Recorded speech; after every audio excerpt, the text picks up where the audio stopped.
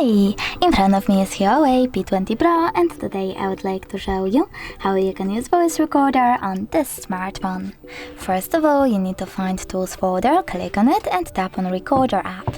Then just allow in the pop-up and tap on this red button to start your recording. You can pause it and unpause it by clicking on the right button over here. If you wish to end your recording, click on the red button again. And as you can see, mine was successfully created. If you wish to rename it, you need to hold it and tap on rename. Then type wherever you wish to and choose OK to save your changes.